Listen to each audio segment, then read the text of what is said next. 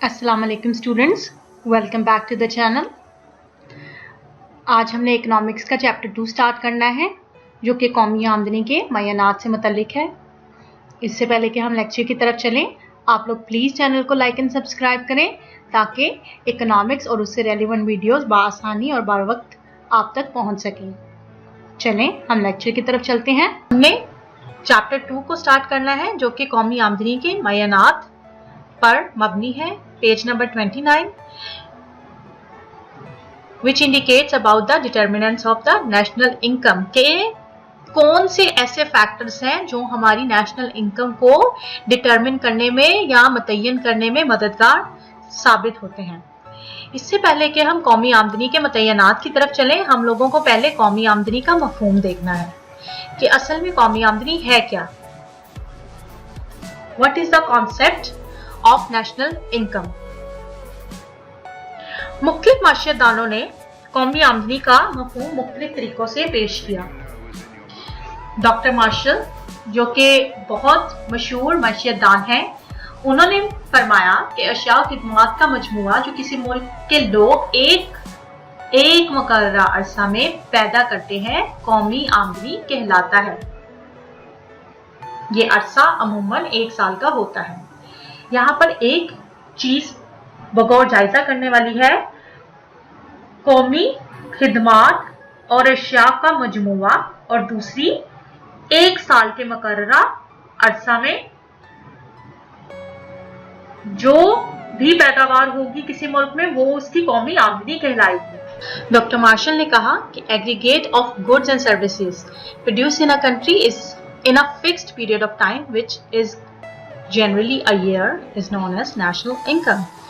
Aggregate of goods and services यानी तमाम अशिया और खिदमात का मजमूआ within a country in a fixed time period which is normally 1 year क्या कहलाएगा? national income। इस तारीफ से हमें वाज़ह तौर पर दिखाई देता है कि 1 साल में अशिया के मजमूए को कौमी आमदनी का नाम दिया जाता है। इन अशिया में तमाम तर ज़रई, मादनी, सनती और माशियत के दीगर तमाम शोबों यानी जंगलात, हैवानात, नबातात या किसी भी शोबे से ताल्लुक़ रखने वाली पैदावार को हम ले सकते हैं। साथ ही साथ लोग जो अशिया पैदा नहीं करते बल्कि खिदमात सर अंजाम देते हैं, जो कि हमारा सर्विस सेक्टर है, जिसमें किसी भी किस्म का शोबा आ सकता है। आपके डॉक्टर्स, प्रोफेसर, वकील, जज साहबान वगैरह सब इसके शोबे में आएंगे। इन तमाम चीजों का मजमूआ 1 साल के दौरानिया में कहलाएगा नेशनल इनकम। प्रोफेसर पॉल ए सैमुएल्सन, इन्होंने कौमी आमदनी की तारीफ कुछ इस तरह से की कि किसी भी माशियत में मजमूई तौर पर अशिया खिदमात के सालाना बहाव की ज़रई पैमाइश को हम कौमी आमदनी कहेंगे।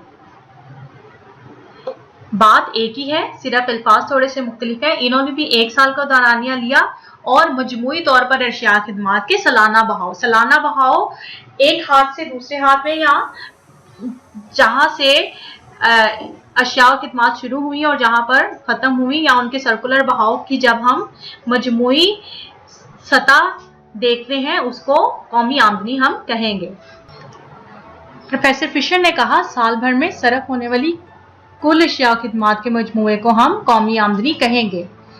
बाकी सब ने अशिया खिदमात की सालाना मजमूए को कौमी आमदनी का नाम दिया, जबकि प्रोफेसर फिशर ने कहा कि साल भर में सरफ होने वाली अशिया को या उनके मजमूए को हम कौमी आमदनी कहेंगे, क्योंकि जो कुछ टेक्निकली पैदा होगा वो अल्टीमेटली कंज्यूम भी होगा। सब सेल्स लॉ है, supply creates its own demand, कि कौमी आमदनी हमारी कौम की मादी दौलत के उस हिस्से पर मुश्तमिल होती है जिसे ज़र की मदद से हम माप सकते हैं। इन्होंने फरमाया national income is the part of the objective income of the community which includes the course income derived from the abroad which can be measured in terms of money. इनके मुताबिक हर वो चीज जो हम ज़र की मद में नाप सकते हैं उसको हम कौमी आमदनी कहेंगे, या टोटल कैश फ्लो जितना भी कंट्री के अंदर होगा वो कौमी आमदनी कहलाएगा। प्रोफेसर गार्डनर एक्ले ने फरमाया कि किसी फर्द की आमदनी से मुराद वो कमाई होती है, किसी भी फर्द की आमदनी वो कमाई होती है जो उसे अपनी या अपनी जायदाद की पैदावारी खिदमात के एवज में हासिल होती है। जब एक फर्द या एक इंडिविजुअल अपनी जायदाद या अपनी पैदावारी सलाहियतों को अमल में लाते हुए कमाई करता है या पैसों की शक्ल में उसको जो भी चीज हासिल होती है वो उसकी आमदनी कहलाएगी। लिहाजा कौमी आमदनी कौम के तमाम अफराद की आमदनियों का मजमूआ है। इनके मुताबिक अगर हम पूरी कौम की आमदनियों को जमा कर लें तो हमें कौमी आमदनी हासिल हो सकती है। या इसे हम दूसरे अल्फाज में कुछ इस तरह से बयान कर सकते हैं कि एक फर्द की तमाम तर आमदनी जो अशिया की शक्ल इख्तियार करती है, एक इंसान के पास जितने पैसे होंगे वो उतना ही ज्यादा खर्च करेगा, उसको हम उस फर्द की आमदनी कहेंगे। एक अमीर इंसान के घर में ज्यादा चीजें होंगी, ज्यादा आसाइशें होंगी in comparison to the poor person, या एक गरीब फर्द के मुकाबले में। इनके मुताबिक अगर हम सबकी आमदनियों को जमा कर दें तो हम लोगों को कौमी आमदनी हासिल हो जाएगी।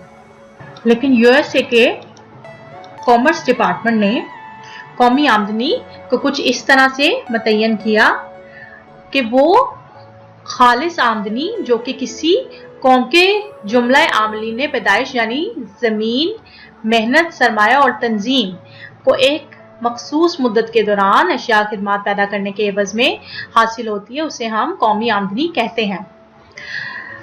आमलीन पैदाइश जो कि बहुत दफा क्लास में मैंने डिस्कस किया है, जमीन, मेहनत, सरमाया और तंजीम है। इन सब को बरोएकार लाते हुए एक मखसूस मुद्दत में जो भी अशिया और खिदमात पैदा की जाती हैं उनके एवज में मुआवजा जो हमें हासिल होता है उससे कौमी आमदनी कहा जाता है। अगर हम तमाम माहिरीन के ख्यालात का जायजा लेने के बाद कौमी आमदनी को एक प्रिसाइज डेफिनेशन की शक्ल में बयान करना चाहें तो इसको हम कुछ इस तरह से बयान कर सकते हैं, किसी मुल्क में एक साल की मुद्दत में तमाम तर खिदमात और अशिया के बाजार में राइज कीमतों के तहत लगाई हुई कुल ज़रई मालियत को खाम कौमी पैदावार का नाम दे सकते हैं।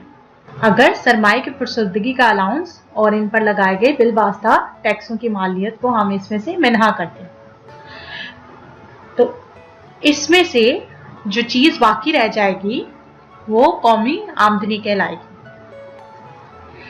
एक साल के दौरान में हम जो भी चीजें पैदा होती हैं या जो उनकी कीमतें लगाई जाती हैं उनकी तमाम तर ज़रई मालियत में से फुरसुदगी का अलाउंस और बिलवास्ता टैक्सों को माइनस कर दें तो हमें रिमेनिंग चीज जो ऑब्टेन होगी वो हमारी कौमी आमदनी कहलाएगी।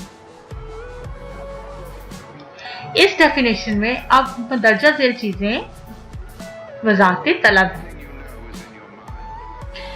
हमने हर माशदान की डेफिनेशन में पढ़ा कि अशिया खिदमात का मजमूआ। अब अशिया खिदमात क्या है? इनसे मुराद एक साल के अरसा में तमाम तर खिदमात की बाजारी अहमियत है जिसका मालियाती अंदाजा हमने लगाना है, हाँ वो अशिया इस्तेमाल में आई हो या वो ना आई हो।